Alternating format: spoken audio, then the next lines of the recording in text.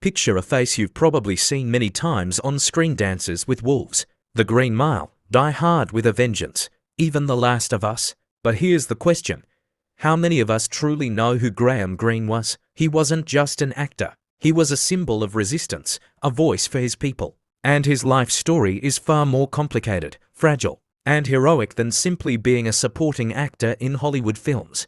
Graham Greene was born in 1952 in Ontario, Canada, from the Oneida Nation, part of the Iroquois Confederacy. His youth was far from glamorous, struggling with identity, limited opportunities, and at one point, he fell into trouble with the law. As a teenager, Greene was briefly imprisoned for theft. Society labeled him a failure before he even had the chance to prove himself. But that rock-bottom moment became the turning point of his life. Greene walked out of prison determined to change his story. Before acting, Greene worked as a radio technician. He understood wires, signals, and sound waves, not stages or cameras. But then came a twist of fate.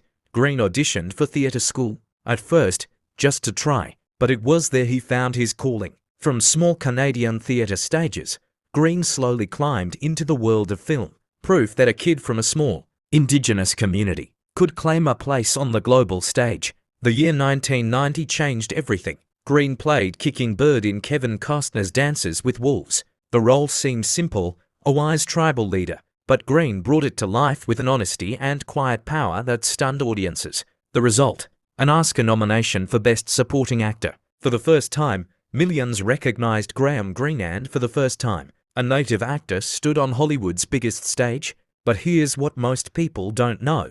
Hollywood wanted to box him in. They offered him roles as the stoic Indian warrior, the mystical shaman, or the silent native. Greene refused. He was angry at the stereotypes that reduced his people to cliches. In one interview, he said, "We're people too. We laugh, we screw up, we're messy. We don't just sit around watching sunsets in silence." His defiance didn't make him Hollywood's favorite. He was sometimes labeled difficult. But Greene preferred smaller, human roles over big ones that insulted his culture. On screen, Greene looked serious, calm, wise. But off camera, he was known as a comedian and prankster. Crew members recalled him joking, pretending to forget lines, or throwing sarcastic Canadian humor to lighten the set. It was a contradiction that made him unique, both sage and clown. Yet beneath the humor lay a heavier truth.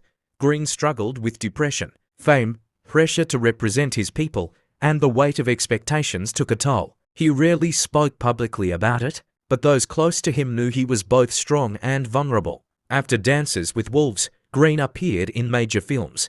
The Green Mile